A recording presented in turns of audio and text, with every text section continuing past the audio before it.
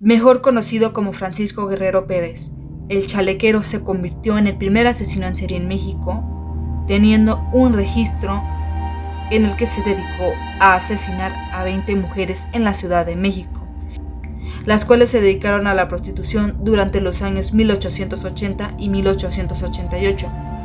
Como última víctima fue una anciana que solía practicar la prostitución, falleciendo a manos de este hombre en 1908. ¿Qué tal, chicos? Les doy la bienvenida a este video. Si es la primera vez que me ves, me presento, soy Elidian Mysteries y hoy estaremos hablando, como ya mencioné, del primer asesino en serie que se tuvo registro en México, pudiendo ser como la versión mexicana de Jack el Destripador, ya que este era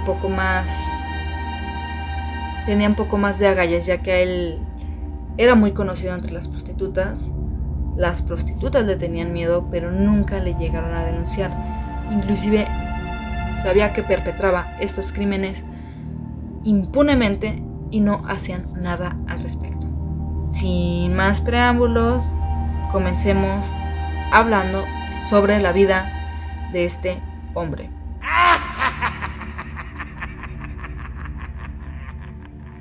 Francisco Guerrero nació en 1840 por alguna zona del Bajío, siendo el 11º hijo de una familia pobre, careciendo de una figura paterna y padeciendo una terrible infancia a manos de una madre abusiva y golpeadora, para que en el año de 1862, con la edad de 22 años, decidió mudarse a la Ciudad de México para laborar como zapatero, dando así inicio a sus crímenes perpetrados a sangre fría,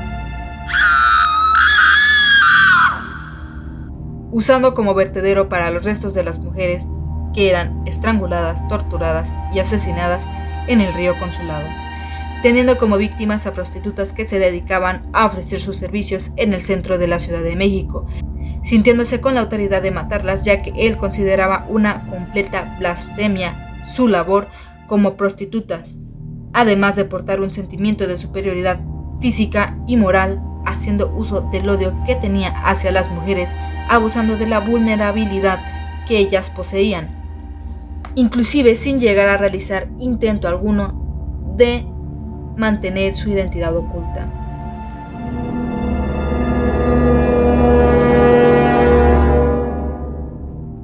Ya que había sembrado terror entre las prostitutas, pero nunca se le realizó alguna denuncia en su contra, ya que éstas vivían atemorizadas y el tener una posible represalia las horrorizaba más. Este particular apodo que poseía como el chalequero era gracias a dos simples razones. La primera era que usaba esta prenda diariamente y la segunda porque mantenía relaciones sexuales a la fuerza o a chaleco, como se decía comúnmente en esas épocas, siendo un hombre bastante conocido, ya que la gente mencionaba tener múltiples amantes, las cuales lo mantenían sin tener que gastar un solo peso en su ropa. Como estudio de su perfil psiquiátrico, podemos decir que no poseía ni un gramo de empatía o culpa por sus actos. Era un parásito para la sociedad. Tenía una autoestima alta por sí mismo, además de padecer ataques de ira. Pero muy por demás de ello, era muy manipulador, promiscuo, ganándose a las mujeres para hacerlas sus amantes, dando como diagnóstico un trastorno errático de la personalidad, y aquí marcando paréntesis, personalidad antisocial o personalidad narcisista, aunque las personas que le conocían lo describían como una persona calmada y atenta a su cuidado personal.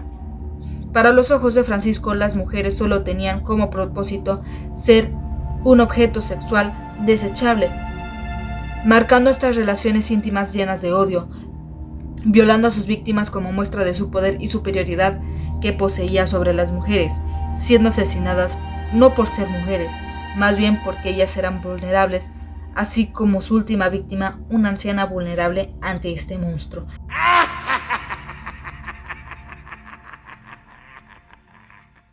Manteniendo un odio a sus víctimas por no tenerle una total fidelidad a sus esposos, castigando con la pena de muerte a estas mujeres, las cuales pecaban por laborar como prostitutas sin ningún signo de fidelidad hacia los hombres. tratando de entender que el trastorno de personalidad y misoginia que padecía era causado por el rechazo y abuso de su madre, la cual desembocó un complejo de Edipo. Su modus operandi siempre fue el mismo, llegando a sus víctimas para aceptar los servicios de estas. En ciertas ocasiones sí les llegaba a hacer uso a estos servicios, inmovilizando a sus víctimas, ultrajándolas para ser estranguladas o degolladas, siendo en contadas ocasiones que en algunas llegaran a ser decapitadas, haciendo como uso de arma un cuchillo para curtir piel, el cual utilizaba para su trabajo como zapatero. Después tirando a sus víctimas en el río Consulado, aunque algunas de sus víctimas no pudieron ser identificadas, teniendo un registro de algunas, pero solo parcialmente identificadas por los pobladores de la zona. Está Candelaria Mendoza, Francisca Rivero, alias La Chíchara, María de Jesús González, Margarita, alias La Burra Panda, María Guadalupe Villagrán, Josefina Rodríguez, María Muñoz, Murcia Gallardo y como última víctima una anciana de nombre Antonia, el cual apellido resulta desconocido hasta estas épocas. Su detención fue gracias a un testigo, el cual presenció el último de sus crímenes, el niño José Inés Rodríguez, un pastor que se encontraba arreando su ganado en las cercanías del río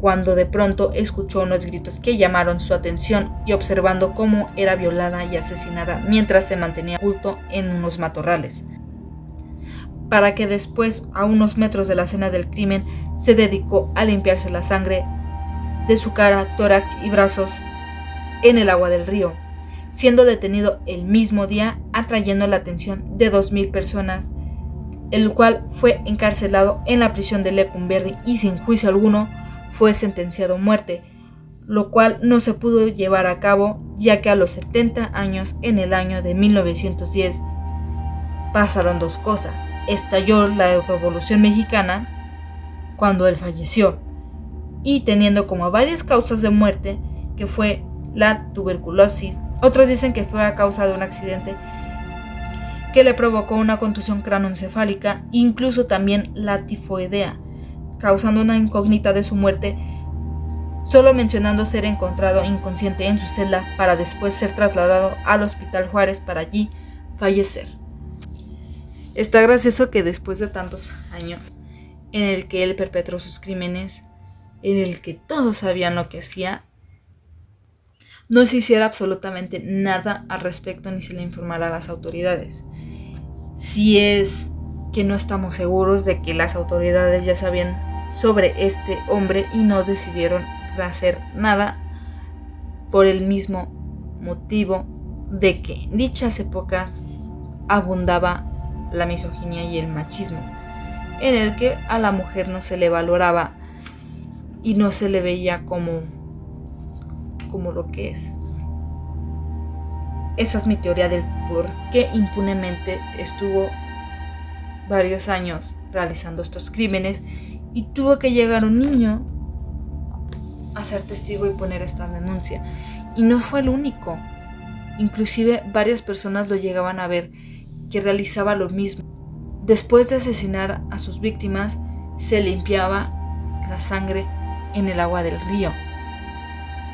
Habla mal de nuestro país, ya que inclusive hasta la fecha puede seguir habiendo hombres así, que abusan de una mujer, que roban, que asaltan, que asesinan, que golpean impunemente y las autoridades no van a hacer nada al respecto.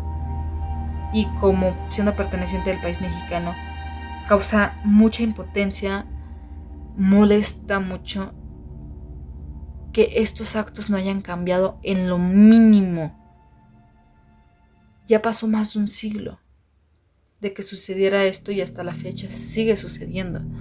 Hay innombrables, hay muchos asesinos aquí en México, los cuales igual, con odio, con un trastorno de la personalidad narcisista, misoginia, se sentían con el derecho de que podían asesinar a mujeres, ya que ellas no poseían ningún valor para ellos. Da mucha pena hablar de esto, pero es la realidad. Es lo que aquí en México seguimos viviendo día a día. Y esto se debe de parar, porque estamos en el siglo XXI. Cuéntame tú qué opinas al respecto de este hombre. Si hay algún otro tema del que quieras que yo hable a futuro, alguna historia de terror, un creepypasta o inclusive una experiencia paranormal, no dudes en dejármela abajo en los comentarios o puedes enviarme un correo electrónico dándome sugerencia, algún video o tu experiencia paranormal. Si te gustó este video puedes darle un me gusta y si lo quieres compartir, qué mejor para que ayude a este canal a crecer poco a poco y llegue a más personas interesadas en este tipo de videos. Si eres nuevo en el canal y te gustó el contenido o ya tienes tiempo viendo el contenido del canal, puedes suscribirte sin problema alguno para que estés al pendiente de cuando subo videos, lo cual, si no mal recuerdo, yo subo videos miércoles, viernes y domingo sin falta alguna, inclusive estés suscrito al canal y veas más contenido de ello. Nos vemos en el siguiente video. Chao. ¡Salud! Nada. Francisco Guerrero salió en mi... No salió. Hoy.